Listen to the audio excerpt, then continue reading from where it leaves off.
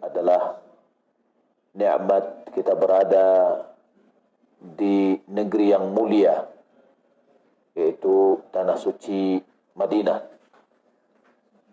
di mana Nabi sallallahu alaihi wasallam bersabda, "Al-Madinatu khairul lahum law kanu ya'lamun."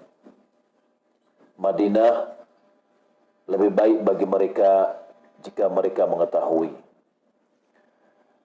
Salat dan salam semoga dan anugerah oleh Allah Subhanahu wa taala kepada Nabi kita Muhammad sallallahu alaihi wasallam. Allahumma shalli ala Muhammad wa ala ali Muhammad.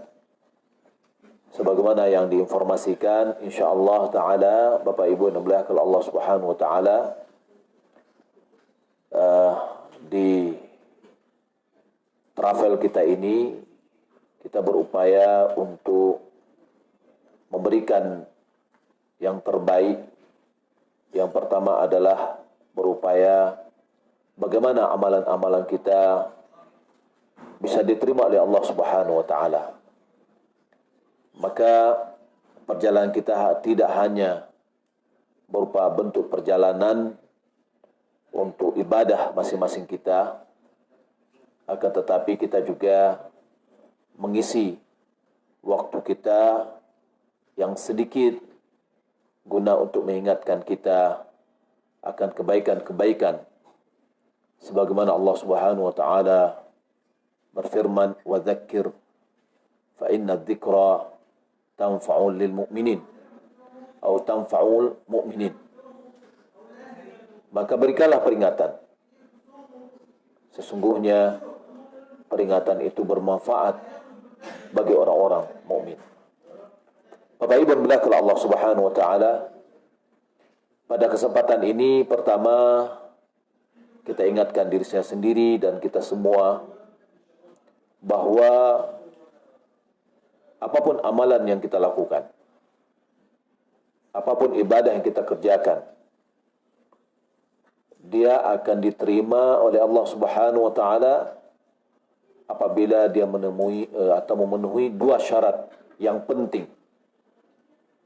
Yaitu yang pertama adalah ibadah kita itu kita kerjakan hanya semata untuk Allah, bukan untuk orang lain, bukan ingin dipuji, bukan ingin disanjung. Apalagi pada zaman sekarang ini banyak sekali hal-hal yang bisa menggoda kita, yang merusak ibadah kita, dan yang menyibukkan kita juga dari ibadah. Adanya media sosial atau HP yang kita Allah Subhanahu wa taala berikan kepada kita nikmat dalam media ini, tetapi juga dia akan bisa menjadi bencana bagi kita apabila kita gunakan, akan merusak ibadah kita, yaitu kita beribadah ingin dipuji oleh orang. Ibadah karena Allah Subhanahu wa taala ini adalah syarat pertama. Ayakuna antakuna al-ibadatu khalisatan lillahi ta'ala.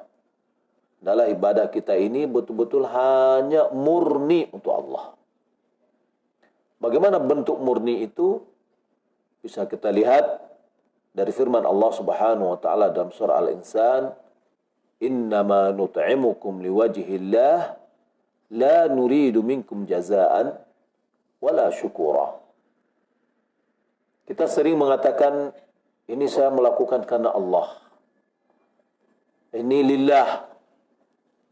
Akan tetapi kalau seandainya tidak ada pujian, kita terkadang pada hati.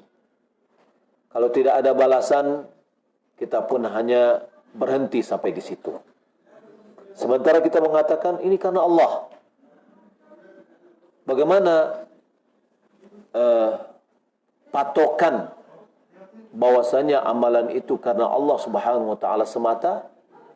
Allah katakan, "Innama nut'imukum liwajhillah." Hanya saja kami memberimu makanan karena wajah Allah. Seperti apa? La nuridu minkum jazaan wala syukura. Kami tidak menginginkan darimu balasan, dan tidak juga ucapan terima kasih. Artinya, seorang beribadah kepada Allah Subhanahu wa taala, dia tidak pernah nunggu-nunggu balasan. Ya. Tidak pernah menunggu pemberian. Tidak pernah menunggu feedback yang harus dia dapatkan. Tetapi dia berikan terus karena Allah Subhanahu wa taala. Ada atau tidak ada, dia lakukan itu karena Allah Subhanahu wa taala. Dan tidak juga ada pujian dan sanjungan, atau tidak juga dengan mengharapkan terima kasih. Terkadang kita memberi, akhirnya kita mengatakan, sudah sekian kali saya memberi, masa tidak pernah satu kali pun dia mengucapkan terima kasih kepada saya? Kok gersang banget sih gitu ya. Berarti kita mengharapkan adalah syukura, ucapan, penghargaan. Maka ulama mengatakan bahwa ibadah karena Allah itu dia tidak bertambah karena pemberian, dan dia tidak berkurang karena kegersangan. Tapi dia terus melakukan. Nah, begitu juga kita ketika kita beribadah. Beribadah bukan untuk mendapatkan balasan dari manusia, dan tidak juga pujian dan sanjungan dari manusia. Allah Subhanahu wa taala mengatakan dalam hadis qudsi, "Ana aghna syuraka minasyirk." Aku, kata Allah, zat yang tidak membutuhkan persekutuan. Sama sekali Allah tidak butuh kepada persekutuan. Man amila amalan asyraka ma'ihi fihi ghairi taraktuhu wa syirkah. Siapa yang mengamalkan sebuah amalan yang dia mempersekutukan aku dengan yang lain di dalam amalan itu, maka aku tinggalkan dia dan sekutunya. Maka ini ulama mengatakan bahwa amalan kita yang kita ikut sertakan di dalamnya selain Allah, maka amalan itu tertolak. Amalan itu tidak diterima oleh Allah Subhanahu wa taala. Maka menjadikan amalan tidak diterima. Maka oleh karena itu perlu kita memperbaiki dengan baik. Innamal a'malu binniyat wa innama likulli imri'in ma nawa. Hanya saja amalan itu tergantung kepada niat, sah atau tidak sahnya itu berdasarkan kepada niat. Yang kedua, wa innama likulli imri'in ma nawa. Masing-masing itu diberikan ganjaran sesuai yang diniatkannya.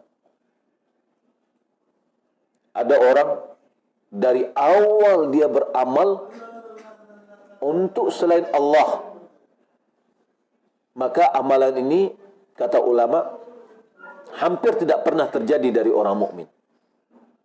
Tapi dia terjadi dari orang munafik. Dari awal mau dia beramal itu karena untuk orang lain. Ya, innal munafiqina yukhadi'un Allah wa huwa khadi'uhum.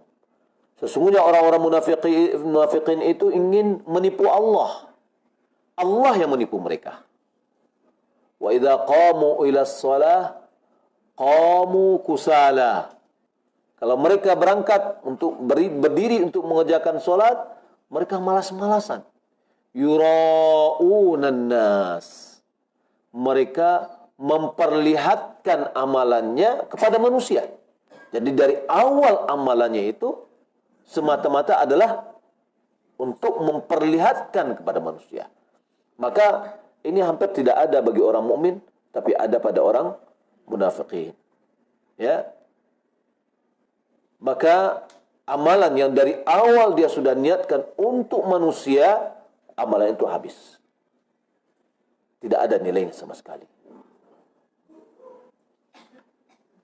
Yang kedua adalah amalan yang dia lakukan untuk Allah dan untuk manusia.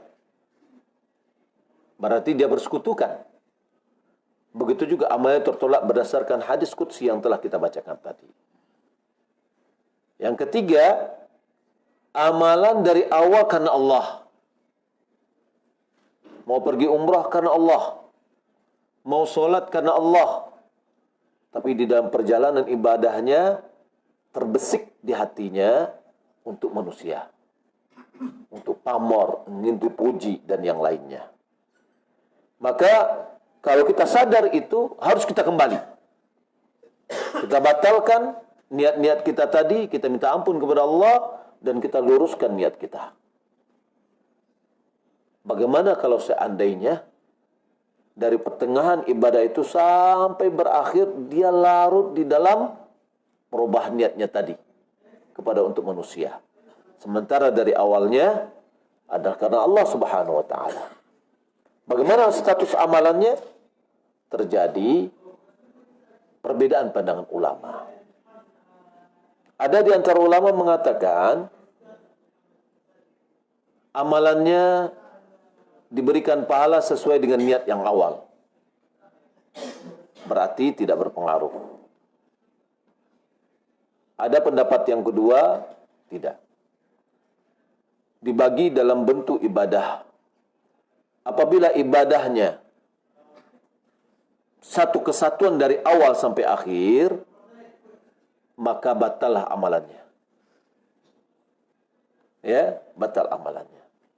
Tapi kalau seandainya amalannya itu tidak satu kesatuan dari awal sampai akhir, tapi terpotong-potong, maka amalan yang di potongan yang di situ ada diiringi dengan riya, maka itu adalah batal. Yang lainnya dia harus memperbaharui niatnya. Contoh, ketika seorang yang sholat, maka dari awal dia sholat karena Allah Subhanahu wa Ta'ala. Setelah itu di pertengahan sholat dia terbesik ke hatinya sholat itu karena ingin dipuji oleh orang.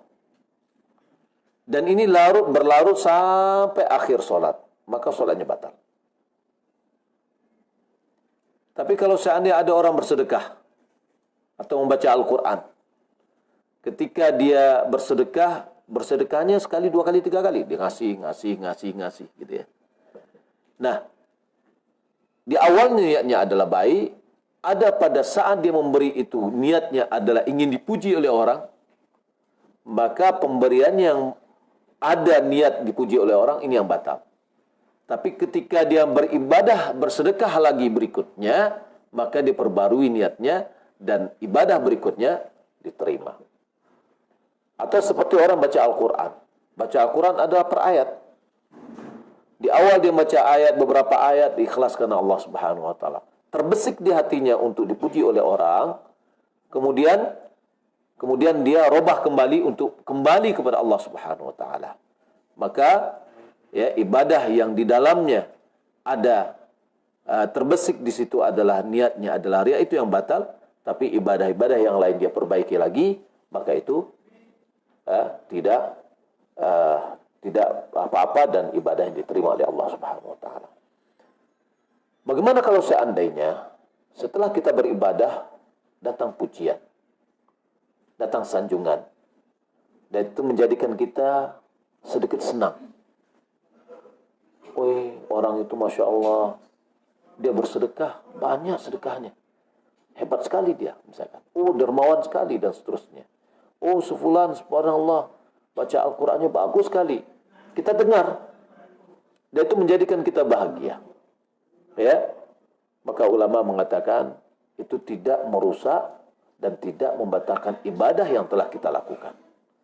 Ya, malahan itu adalah namanya busyra tu'ajjal lil mu'minin, yaitu kabar gembira yang dipercepat terhadap orang mukmin.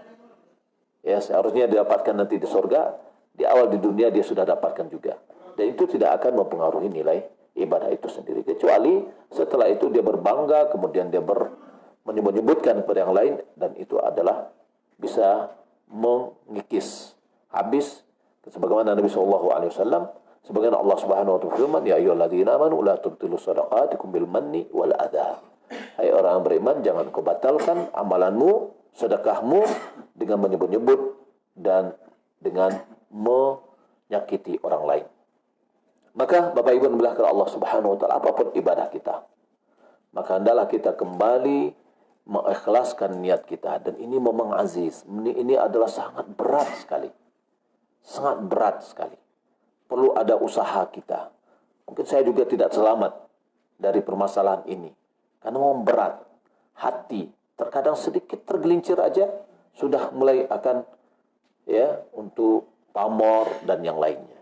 Kita selalu berdoa kepada Allah Subhanahu wa taala agar Allah Subhanahu wa taala memberikan kepada kita keikhlasan di dalam amalan dan di dalam perkataan.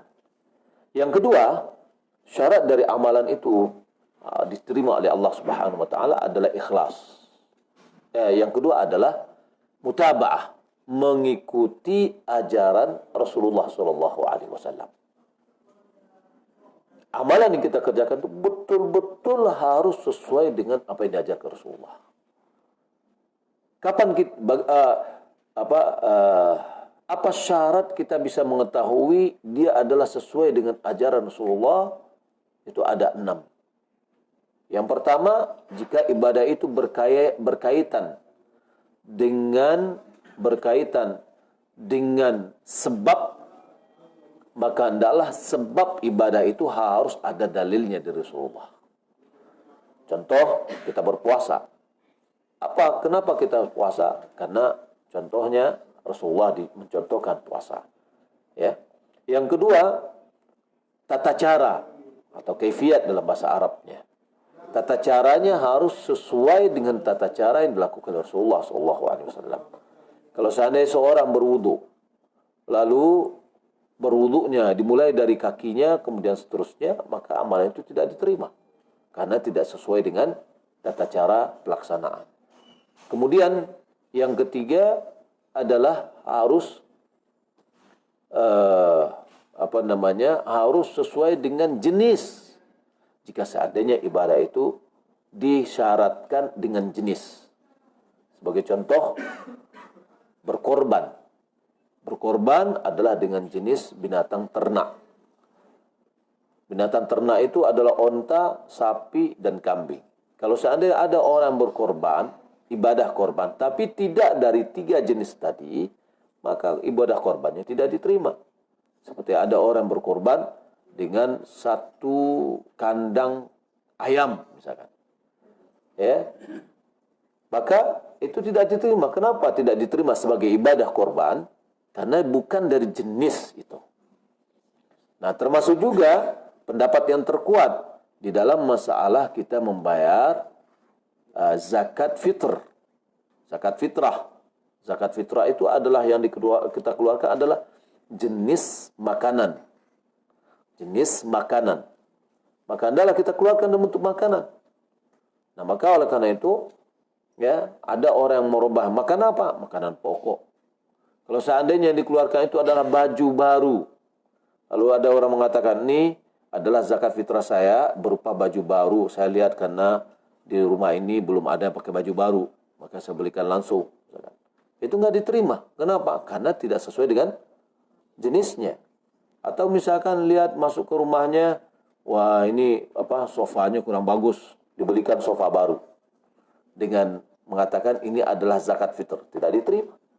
Karena dia bukan dari jenis yang telah ditentukan.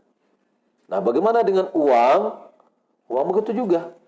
Zaman Nabi SAW ada uang, yaitu dinar dan dirham. Kalau seandainya itu adalah hal yang dibolehkan, tentu sudah diisyaratkan oleh Nabi SAW tentang hal itu. Sa'id bin Musayyib, Abi Sa'id Al-Khudri radhiyallahu taala dalam hadis riwayat Muslim, katanya kunna nukhriju fi ahdi Nabi sallallahu alaihi wasallam zakat al-fitr sa'an min ta'am. Kami dulu pada zaman Nabi sallallahu alaihi wasallam mengeluarkan zakat fitr 1 sa' dari makanan. Wa kana ta'amuna yauma'id. Adapun makanan kami pada hari itu adalah at-tamr wasya'ir wal-aqit waz-zabib.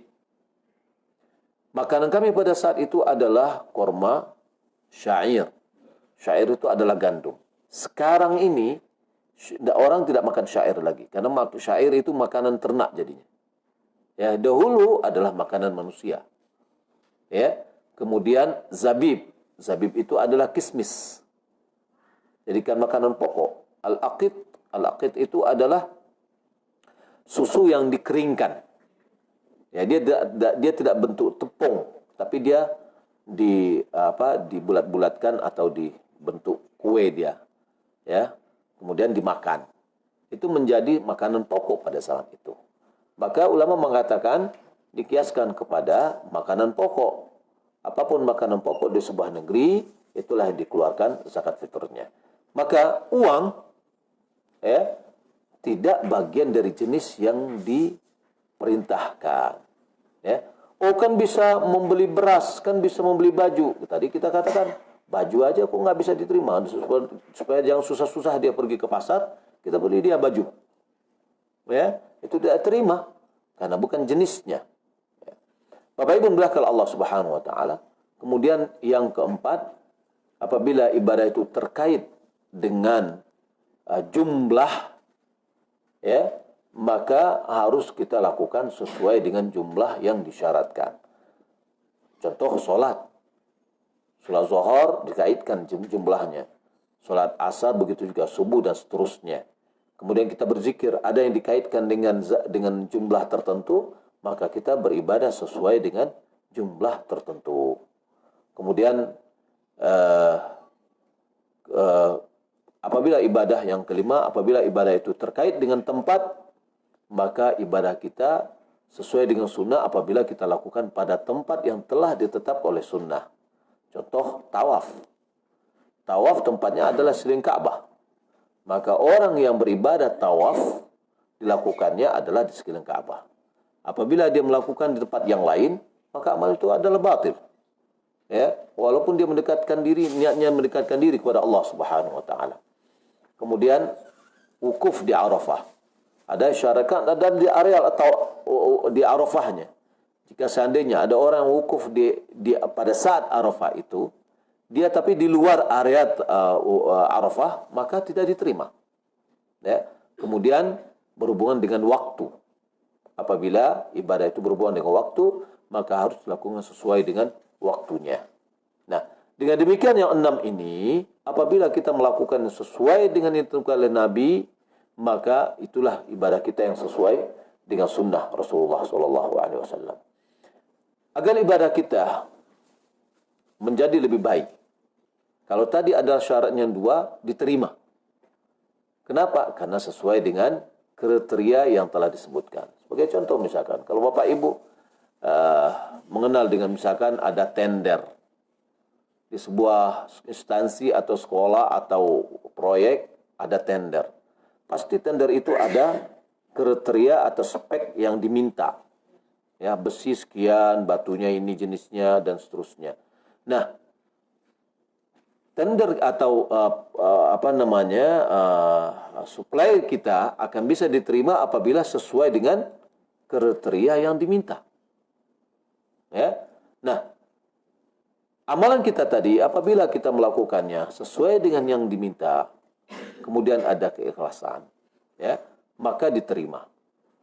Namun nilainya akan berbeda. Perbedaan nilai ini akan kembali kepada adalah didorong oleh rasa cinta di dalam kita melakukannya. Saya sering memberikan ibarat adalah kepada orang, anak-anak yang membuat pekerjaan tangan. Apabila dia membuat tugas dari sekolahnya, membuat kerajinan tangan sesuai dengan sesuai dengan kriteria yang diminta oleh gurunya, pasti diterima. Tapi apakah nilai mereka sama semua? Tidak. Apa yang menyebabkan nilainya tinggi adalah kecintaannya di dalam melakukan perbuatan tersebut. Maka oleh karena itu, ibadah pun supaya dia berkualitas tinggi ada terpenuhi 3 syaratnya. Yang pertama adalah al-khauf, rasa cemas. Cemas ibadah kita tidak diterima. Yang kedua adalah roja, harap. Adanya rasa harap bagaimana ibadah kita diterima. Yang ketiga adalah mahabbah. ada rasa cinta kita untuk melakukan amalan itu. Maka ini ulama juga mengatakan ini ada sebuah rukun dari ibadah yang menjadi ibadah kita itu berkualitas. Maka dalam hal ini seperti apa yang disampaikan oleh Nabi Shallallahu Alaihi Wasallam, man soma Ramadhana imanan wa ihtisaban ghufir lahu ma taqaddama min dzambih. Siapa yang berpuasa bulan Ramadan imanan, didasari oleh keimanan, wa ihtisaban, didasari oleh mengharapkan pahala dari Allah. Berarti di situ ada rasa harapnya, di situ juga ada rasa khaufnya kalau seandainya tidak diterima. Kemudian juga di situ ada rasa mahabbahnya, dia melakukan dengan sungguh-sungguh, maka ghufir lahu ma taqaddama min dzambih, diampuni dosa-dosa yang telah berlalu. Ibadah orang yang mengharapkan pahala tentu akan jauh berbeda dengan orang yang berpuasa karena asal-asalan. Ya. Nah, maka di sini adalah dituntut kepada kita kualitas sehingga amalan kita menjadi lebih bernilai tinggi di sisi Allah Subhanahu wa taala. Bapak Ibu belakang Allah Subhanahu wa taala, ini adalah yang perlu kita hadirkan di dalam pikiran kita setiap kita ingin melaksanakan ibadah, apapun ibadah yang kita lakukan. Pertama, ya, ikhlas. Yang kedua, ada dasarnya dari agama ini dan kita melaksanakannya sesuai dengan apa yang dianjurkan oleh agama kita. Kemudian kita iringi dengan rasa harap, rasa cemas, dan rasa mahabbah atau kecintaan dan kesukaan dalam melaksanakan ibadah itu, sehingga ibadah kita menjadi ibadah yang tinggi nilainya. Bapak Ibu belakang Allah Subhanahu wa taala, saya rasa sampai di sini dulu pembukaan di dalam kajian kita. Kita berikan kesempatan 15 menit ke depan untuk kita tanya jawab. Boleh jadi ada yang mungkin dalam hari pertama kita ketemu atau sampai di Madinah ini ada hal-hal yang perlu dipertanyakan, bisa kita berikan jawaban. Baik, baik. Terakhir, antum masih pertanyaan, ada formal juga kita. Oke. Oke, barakallah. Ya, silakan Bu, siapa Bu? Silakan.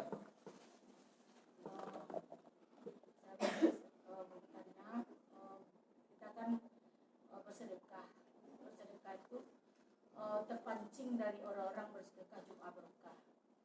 Kemudian setelah kita terpancing Jumat Berkah, kita sedekah, kemudian kita berharap kepada Allah sedekah kita itu Allah balas dengan rezeki yang melimpah. Apakah itu dibenarkan atau gimana? Baik. Yang pertama, terpancingnya kita dalam bersedekah karena adanya orang bersedekah atau tidak? Ya. Atau ada orang lain yang bersedekah duluan? Kita lihat di FB, kemudian nampak orang sedekah Jumat Barokah di Jakarta, kemudian kita bilang seperti itu. Kita sedekah, kemudian kita berharap rezeki yang banyak dari Allah balasannya. Baik. Orang beribadah untuk mengharapkan dunia, dia akan dapatkan. Tapi dia tidak dapatkan akhirat. Man kana yuridu hayatad dunya wa zinataha nuwaffi ilaihim a'malahum fiha wa hum fiha la yubkhasun. Ya, siapa yang mengharapkan kehidupan dunia dan perhiasannya, maka kami akan sempurnakan amalannya di dalamnya dan mereka tidak dirugikan.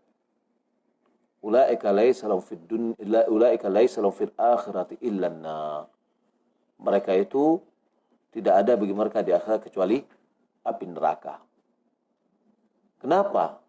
Karena dia sudah berharap balasannya di dunia. Pahalanya sudah diberikan di dunia. Ya. Oh, kan ada balasannya, kan ada memang. Allah Subhanahu mengatakan, ya abna Adam unfiq alaik. Wahai anak Adam, berinfaklah kamu, niscaya aku akan berinfak kepadamu. Artinya Allah Subhanahu wa taala akan mengembalikan harta kita. Ya, ada, betul, termotivasi. Tapi jangan itu saja yang menjadi patokan harapan kita. Haraplah adalah balasan akhirat. Balasan dunia kita akan kita dapatkan. Ya, karena Allah Subhanahu wa taala janjikan. Wa ma anfaqtum min syai'in fahuwa yukhlifuh. Apapun yang kamu infakkan, dialah yang akan menggantinya. Di mana? Di dunia. Tapi berharaplah pahala itu untuk akhirat. Ya, di dunia insya Allah pasti kita dapatkan. Sebagaimana ungkapan orang, tanamlah padi, pasti rumput akan tumbuh. Tapi tanam rumput, tidak akan pernah padi akan tumbuh. Ya, kalau kita seandainya beramal semuanya kita untuk akhirat kita, dunia kita dapat.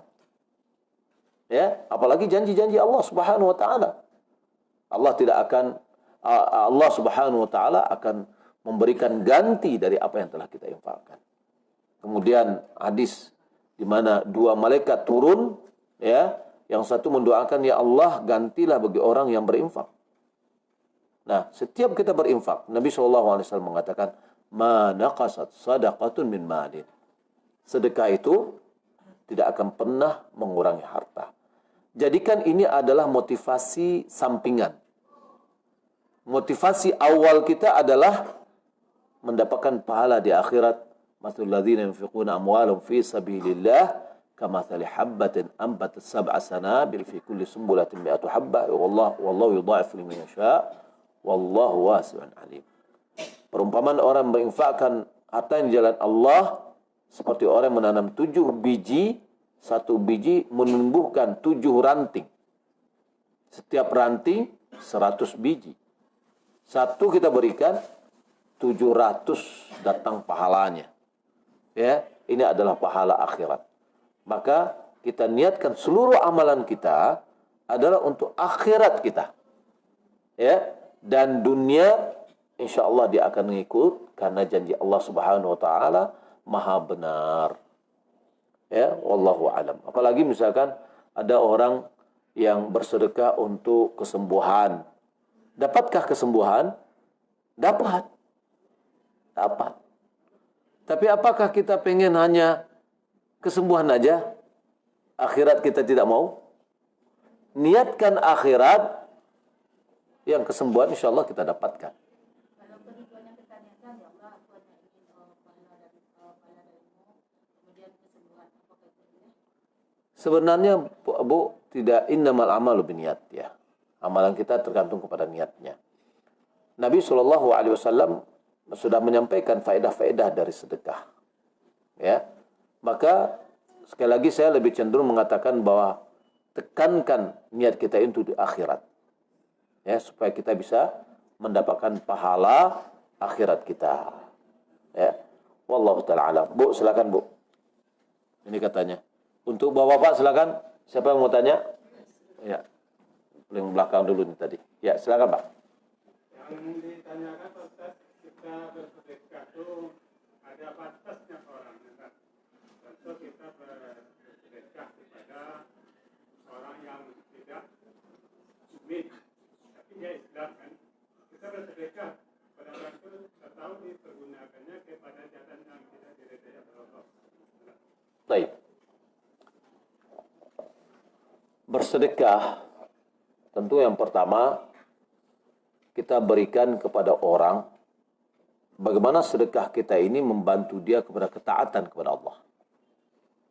Sekarang kita lihat, bolehkah kita bersedekah kepada orang kafir?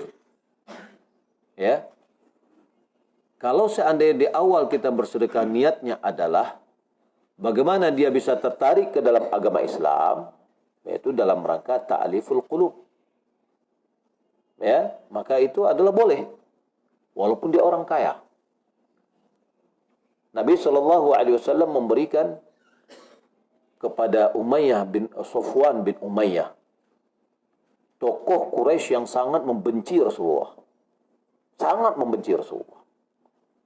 Ya, dan bapaknya mati dalam perang Badar.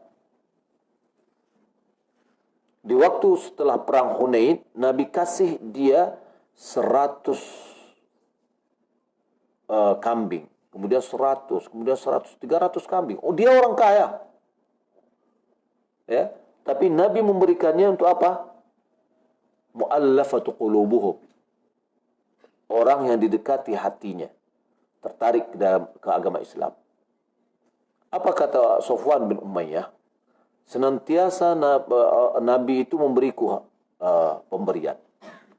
Ya, sampai dia mengatakan, tak ada orang yang bisa memberikan seperti ini kecuali hati seorang Nabi. Sehingga apa yang terjadi pada dirinya? Nabi yang pertamanya adalah orang yang paling dia benci, menjadi orang yang paling dia cintai. Ya, dan ini karena kejujuran hatinya juga, dia melihat ini adalah sebuah kebenaran.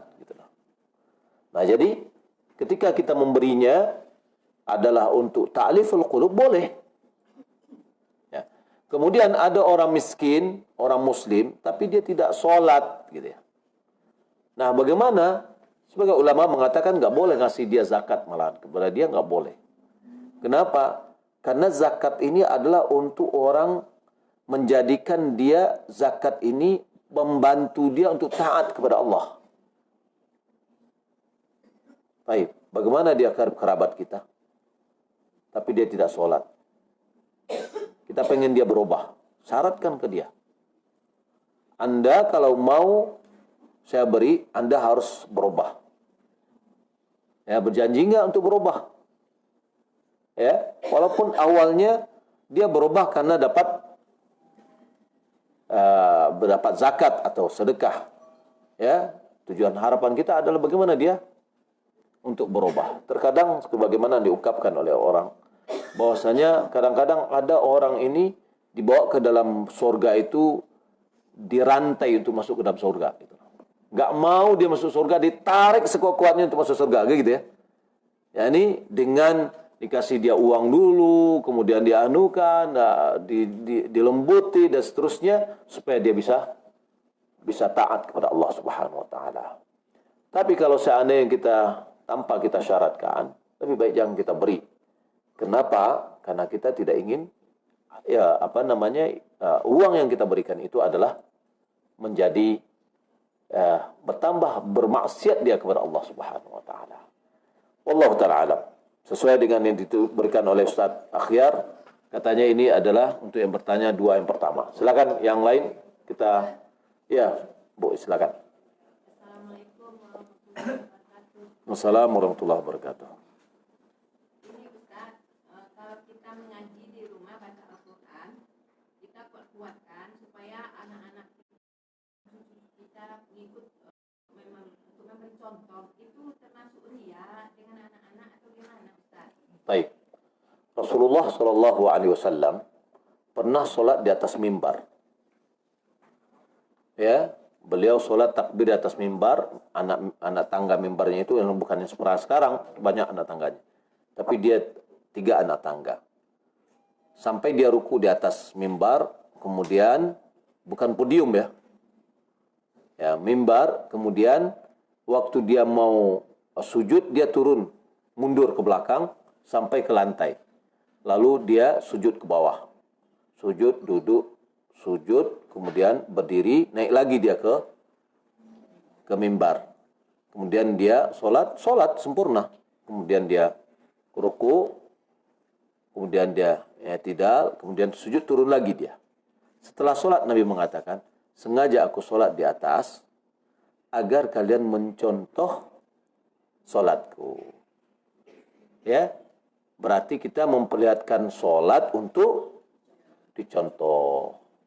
Ini berbeda dengan memperlihatkan amalan untuk dipuji, disanjung. Ini yang nggak boleh. Kalau kita membaca Al-Quran dengan bacaan yang benar, tajwid yang benar, supaya anak cucu kita mendengar dan dia termotivasi, itu tidak ada masalah. Begitu juga ketika kita ingin bersedekah, nggak ada ini semuanya ada motivasi untuk bersedekah, tapi diam-diam aja misalnya. Sudah, saya mau duluan deh.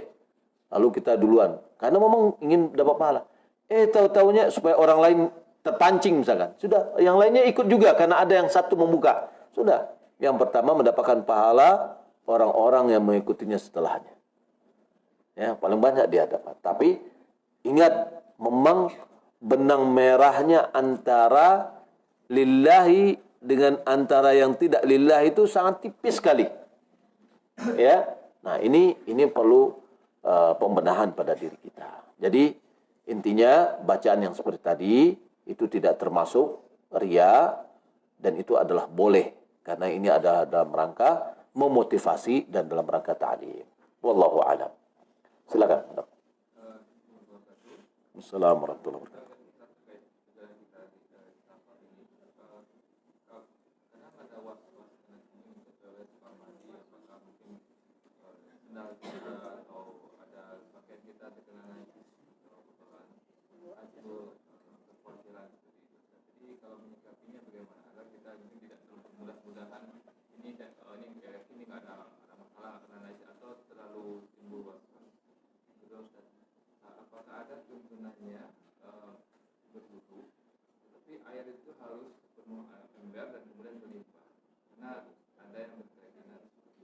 Baik.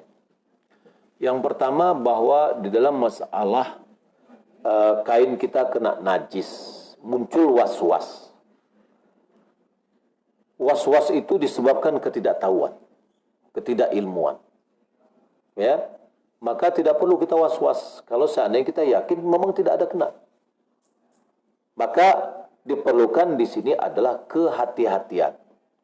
Maaf, contoh misalkan, kalau bapak yang pakai celana panjang misalkan, ketika dia ke WC, ya dia gulung kainnya dulu untuk bagian dari kehati-hatian. Ya, nah jadi itu diantaranya. Kalau seandainya kita kadang ketika sudah cebok itu kadang-kadang merasa sedang sholat, ada keluar nggak ya? Oh kok ada basah rasanya. Nah ini caranya bagaimana? Caranya adalah, itu kan was-was tuh. Ambil air, bercikkan ke celana kita. Ya, air itu dibercikan ke celana kita. Nah, maka yang pasti ketika kita dalam sholat terasa dinginnya kena air apa? Air bercikan. Untuk menghilangkan was-was itu adalah air kencing. Ya kan tadi berwudu. Ibu ketika berwudu, ya misalkan setelah buang air, ya bercikan air itu ke celana. Berarti ada bagian yang agak basah gitu ya. Nah, ketika dia kena menempel, tentu kulit kita ini sensitif dia kan. Dia merasa ada basah. Maka yang basah itu adalah itu bercikan saya tadi. Itu menghilangkan was-was. Ya. Nah, jadi kalau seandainya kita udah pasti bahwasanya itu tidak ada yang kena, sudah dianggap tidak ada permasalahan. Ya, sebagai contoh, kita cebok di pesawat. Ya, bagi kita yang tidak pernah cebok dengan tisu, ya, itu merasa tidak nyaman gitu loh. Baik. Pada zaman Nabi, ya, itu adalah cebok itu atau istinja itu bisa dengan air, bisa dengan batu. Dan itu antara air dan batu tidak sama dengan antara wudhu dengan tayamum. Artinya apa? Kalau tayamum itu adalah ganti dari wudhu. Tapi kalau batu bukan ganti dari air. Ya, boleh kita ada air, ada batu. Kita boleh pakai batu, nggak pakai air. Boleh. Tapi yang lebih afdal itu adalah pakai air karena lebih sempurna kebersihannya. Nah, ketika kita membersihkannya dengan batu, ya, itu tidak boleh kurang dari 3 batu. Boleh lebih dari itu kalau dianggap lebih membersihkan. Nah, begitu juga dengan tisu, kita tidak boleh kurang dari 3 tisu. Ya, 3 tisu. Berarti sekali hapusnya adalah 1 tisu. Kemudian jangan hapus kemudian dengan tisu itu juga dihapus lagi. Nanti semakin melebat dia. Makanya 1, terus dibuang. ya, dengan tangan kiri kita. Kemudian diambil tisu lagi, kemudian misalnya 3 kali minimal. Ya. Ulama mengatakan pasti ada sisa, apalagi batu. Namun sisa yang seperti itu ma'fu anhu, itu dimaafkan. Ya. Tapi memang karena tidak karena tidak biasa kayaknya risih gitu loh. Ya. Nah, kalau nanti di pesawat kita kan dikasih minum nih. Gelasnya jangan dikasih. Jangan dikembaliin. Simpan dulu sama kita. Nanti mau ke WC bawa itu. Ya, untuk ceboknya itu lebih nyaman. Ya, atau yang tadi kita bisa pakai tisu, memang tisu basah nggak ada ya. Tisu yang ada di dalamnya kena air habis dia langsung karena sangat lembut sekali gitu.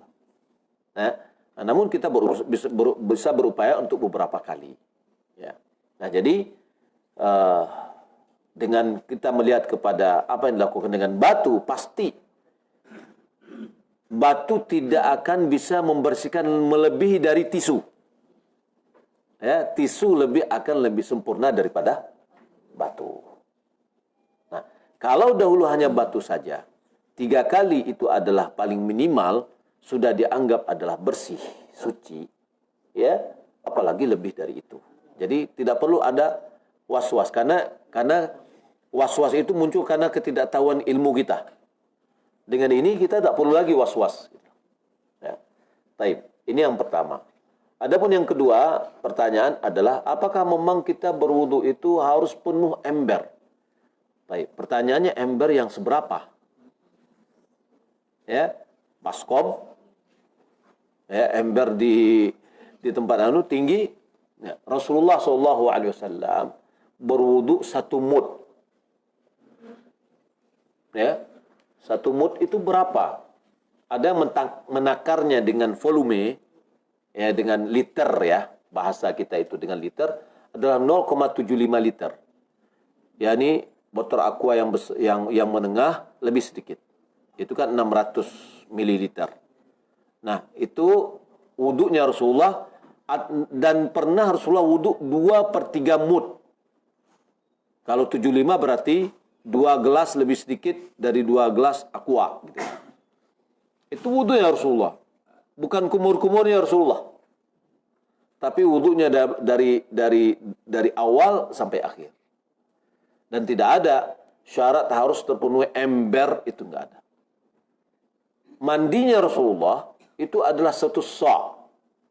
1 sa' itu adalah 4 mud.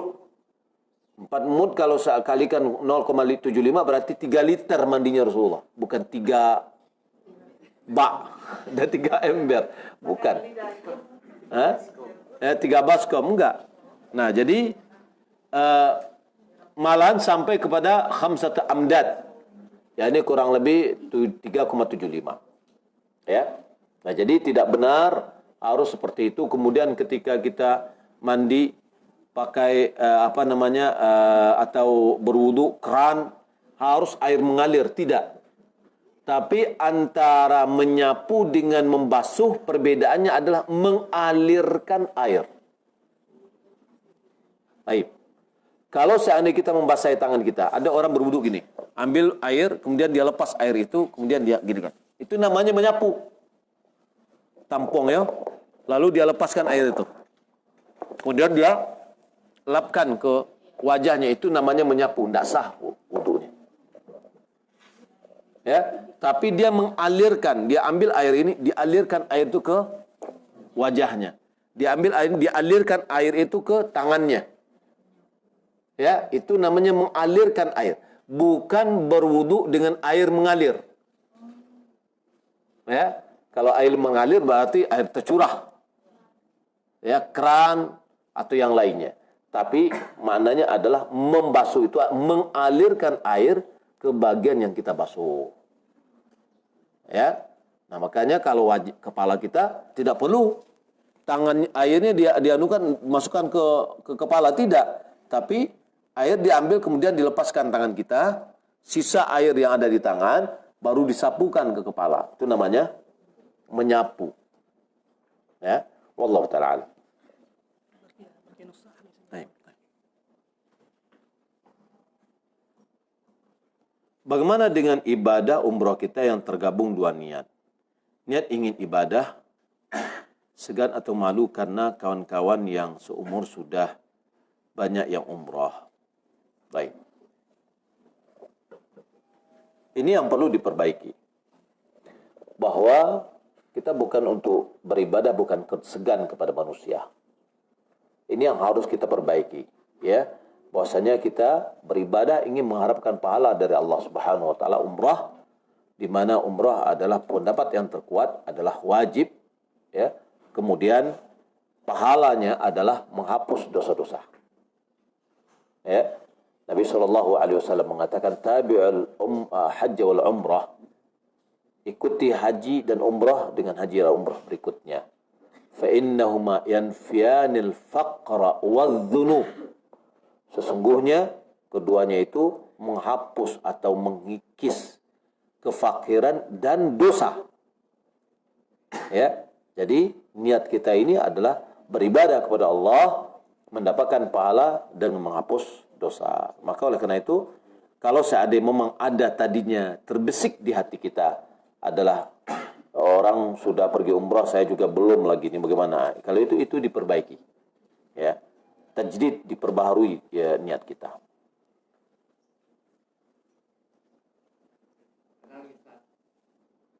Iya, Pak. Ini menyangkut dengan ambisi untuk mencium hajar aswad. Ya. Jadi banyak di antara jemaah itu berusaha mencium itu bukan dengan keputusan sendiri. Dengan arti kata pakai bodyguard. Bagaimana itu? Haram hukumnya. Ya. Karena bodyguard yang kita bayar sama dengan kita membayar orang untuk menyakiti orang lain. Sementara kita mencium hajar aswad hukumnya adalah sunnat. Ya. Bagaimana kalau celana atau celana dalam kita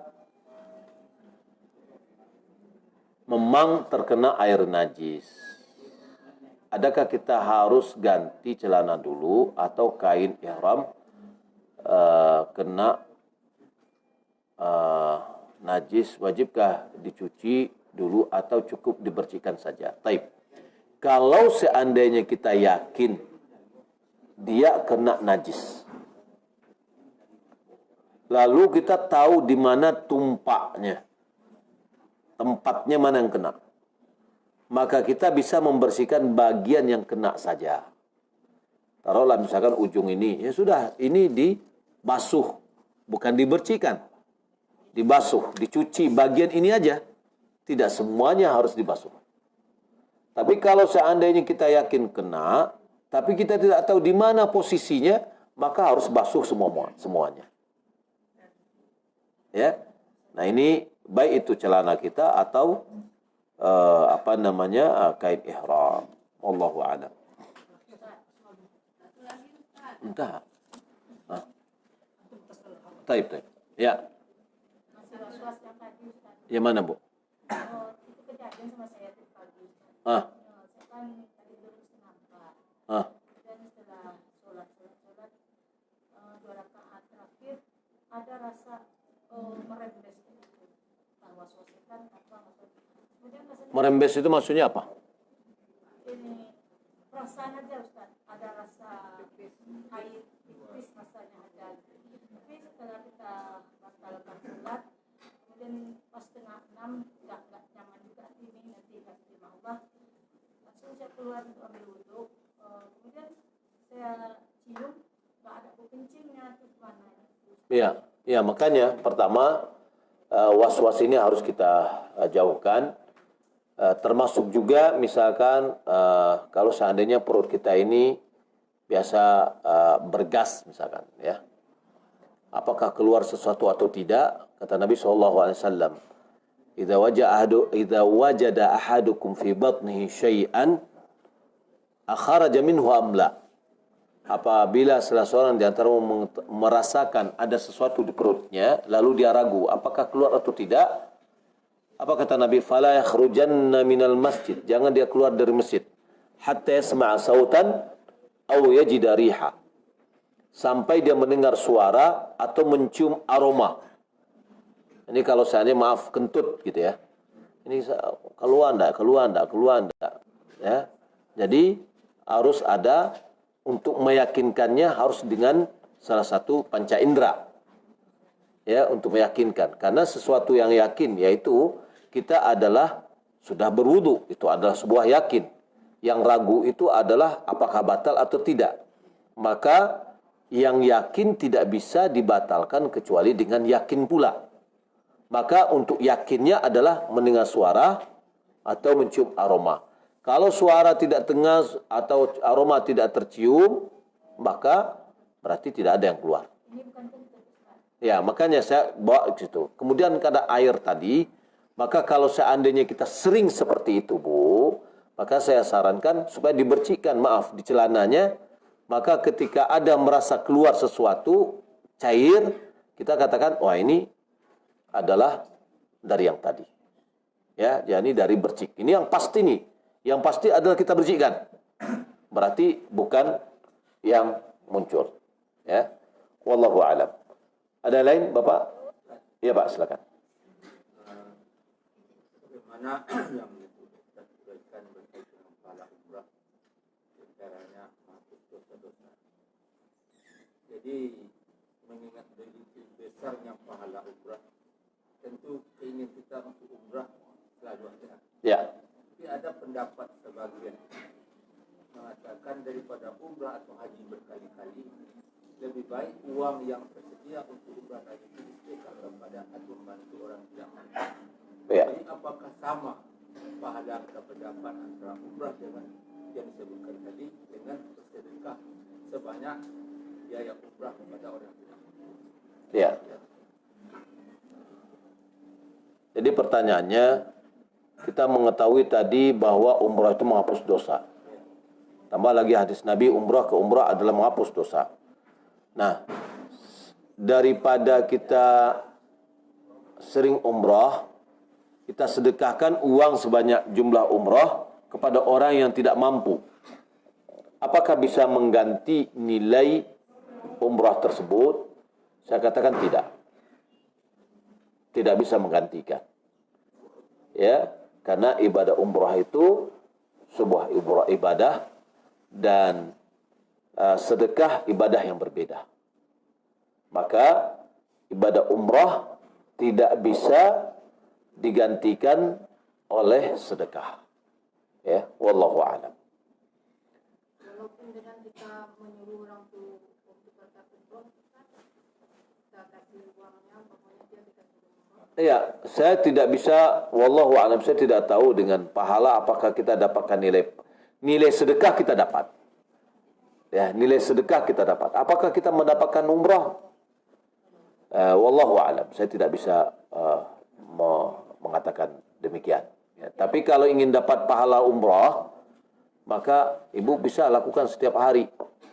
Ya, yaitu sholat berjamaah di masjid, kemudian duduk sholat jamaah subuh di masjid, kemudian duduk sampai terbit matahari, kemudian tunggu 1/4 jam setelah itu sholat 2 rakaat, maka pahalanya sama dengan haji dan umrah malahan. Ya. Kadang-kadang orang tetangga, oh dia sudah haji naik umroh lagi katanya. Sementara ada orang miskin di depannya, tak sah itu umrohnya katanya. Kalau orang miskin di dekat kita itu kan bisa makan tiap hari Ustaz. Itu memang yang Enggak ada hubungannya sama sekali.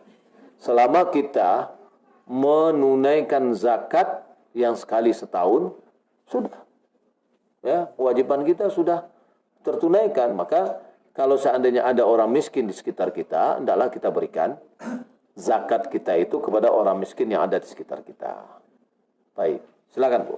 Ustaz, kami besok mau ke Mekah, tapi ada salah satu haid hari ini.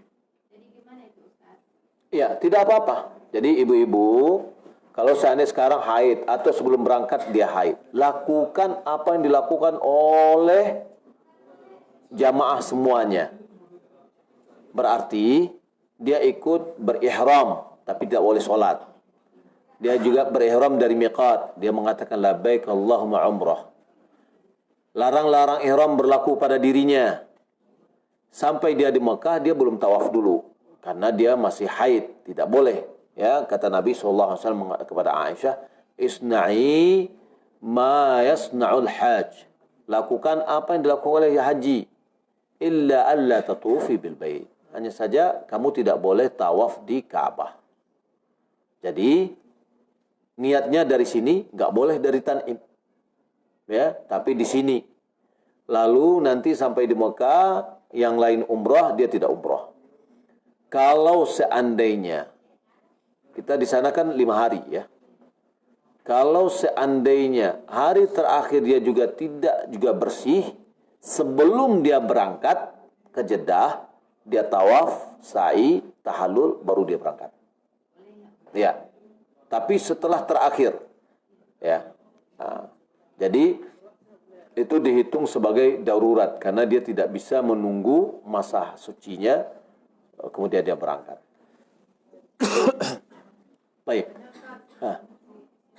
Seandainya kita sholat, kemarin kita ada pilek, batuk, jadi kita lebih banyak bergerak, kadang sudah keluar, kadang ya tidak banyak kendala, atau kita terlalu banyak bergerak membatalkan sholat. Enggak, Bo. Kalau ibu bisa pakai tisu, ya, ingus ibu lap, kemudian masukkan lagi ke saku, nggak ada masalah. Nggak apa-apa, nggak apa-apa. Karena itu adalah kebutuhan dan tidak membatalkan sholat kita. Baik, Bapak Ibu, ini ada hadiah. Siapa yang bisa menjawab pertanyaan?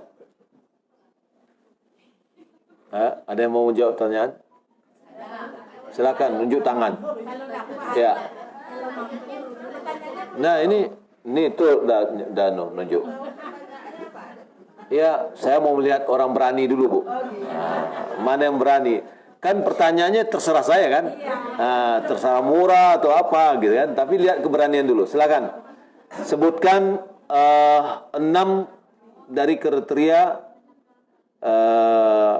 amalan itu sesuai dengan sunnah.